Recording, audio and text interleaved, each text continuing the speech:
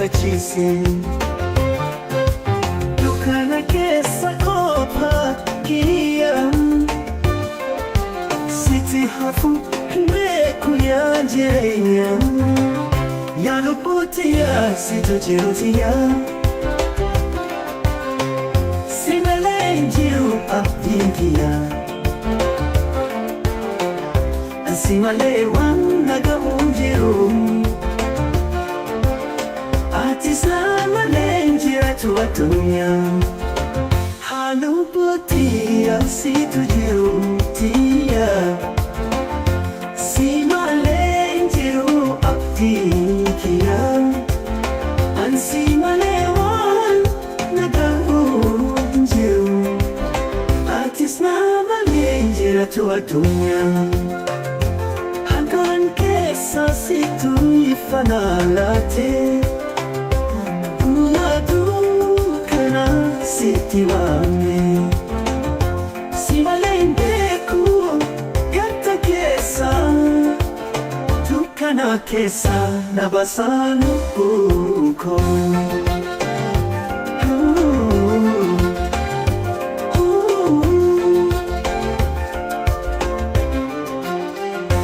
Keessa situ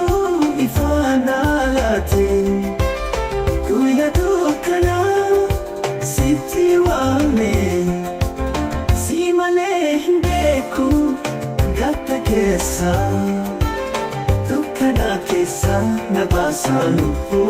uko si malee bokona kabu qalbi Abiyya jireenya koo sitti marsee addunyaa tana keessa si waliin lubbuu koo si laata hin shakku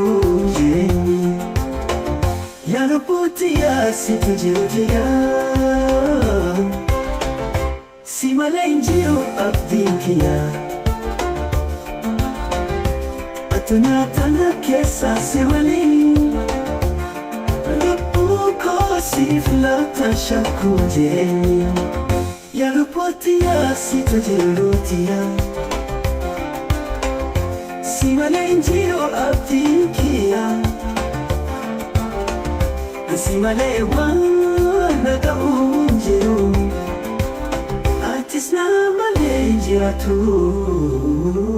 addunyaa